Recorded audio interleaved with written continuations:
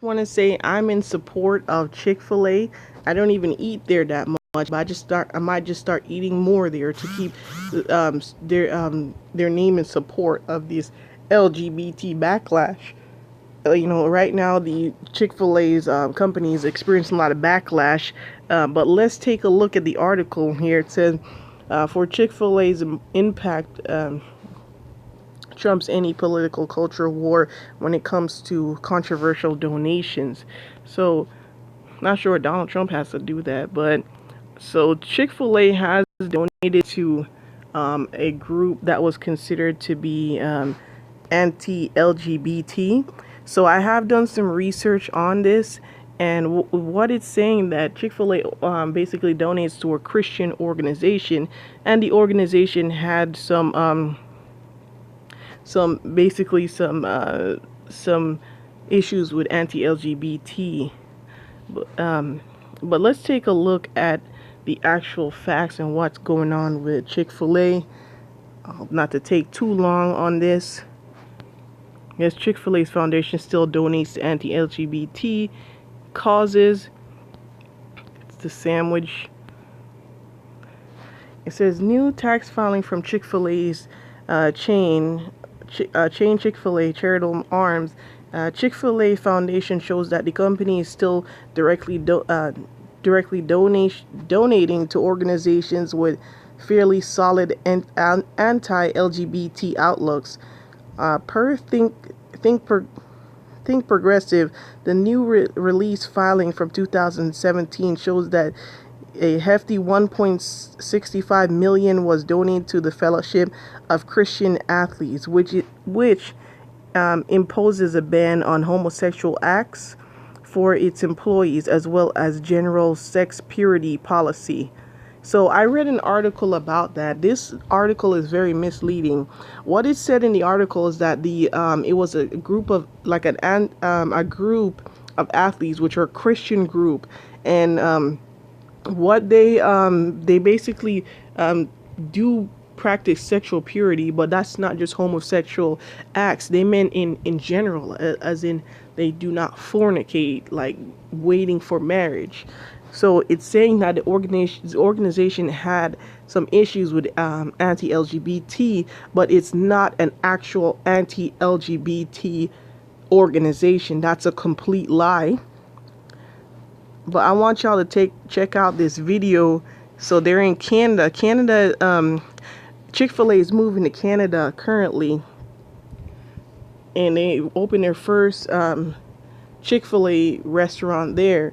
So Chick-fil-A was set, and they were in talks to, basically I think it was already finalized. They're going to open two new chains in two airports, and the airports have now canceled that arrangement. They don't want Chick-fil-A there, and they said that some college campuses, a lot of these schools are trying to ban Chick-fil-A or get them off of their campuses. I want you to check out this video. Stand with the Chick-fil-A because they are a Christian-based company. The owner of Chick-fil-A is a Christian, and this is an anti-Christian group. Okay, these Christian groups, these LGBT and transgender communities trying to destroy Chick-fil-A. What does their sign say? Chuck off? Okay, but check out these videos. Check it out. It is a wildly popular fast food chain south of the border that is stirring up controversy as it opened its doors here in Toronto. The owner is accused of homophobia and is openly against gay marriage. CTV's Janice Golding is at the Toronto location of Chick-fil-A, where lineups of customers have been met with lineups of protesters. Janice. That's right, Michelle. The protesters have finally gone away, although they were here most of the morning and afternoon, shouting, very angry with denouncements of Chick-fil-A. However, as you can see, the lineup of customers has not diminished. In fact, it goes right around the block. The people who are on the corner here right behind me say they've already been waiting for 40 minutes, and they still probably have another half hour to go.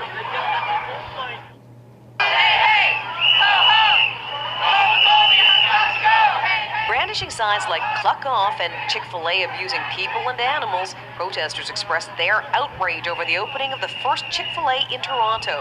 No chicken is worth my life. No chicken is worth my dignity. The group gathered here say the U.S. fast food giant has given millions to anti-LGBTQ organizations and is a proponent of conversion therapy. In fact, in 2012, the company's president spoke out against same-sex marriage, saying he was in favor of the biblical definition of the family unit. This is not about fried chicken. This is about something so much bigger than that. This is about social justice. This is about hate-fueled values.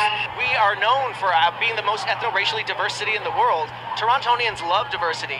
We don't love Chick-fil-A, and we're just here to let people know who maybe didn't know about Chick-fil-A's horrible human rights record. Still, as much as protesters made their concerns clear, customers waiting in line wouldn't be deterred from sampling the cuisine.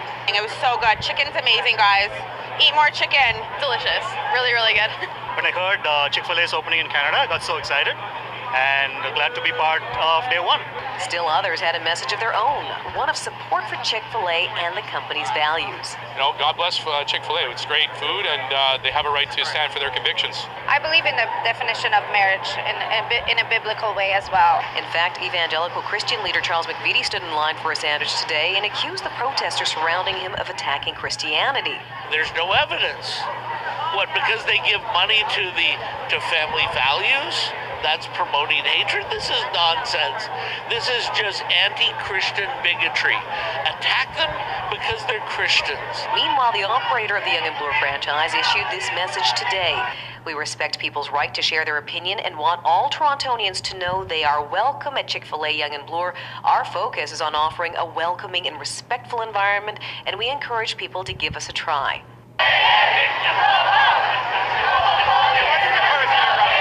And no matter how loudly people protest, Chick-fil-A says it plans to open 15 more locations in the GTA over the next 5 years.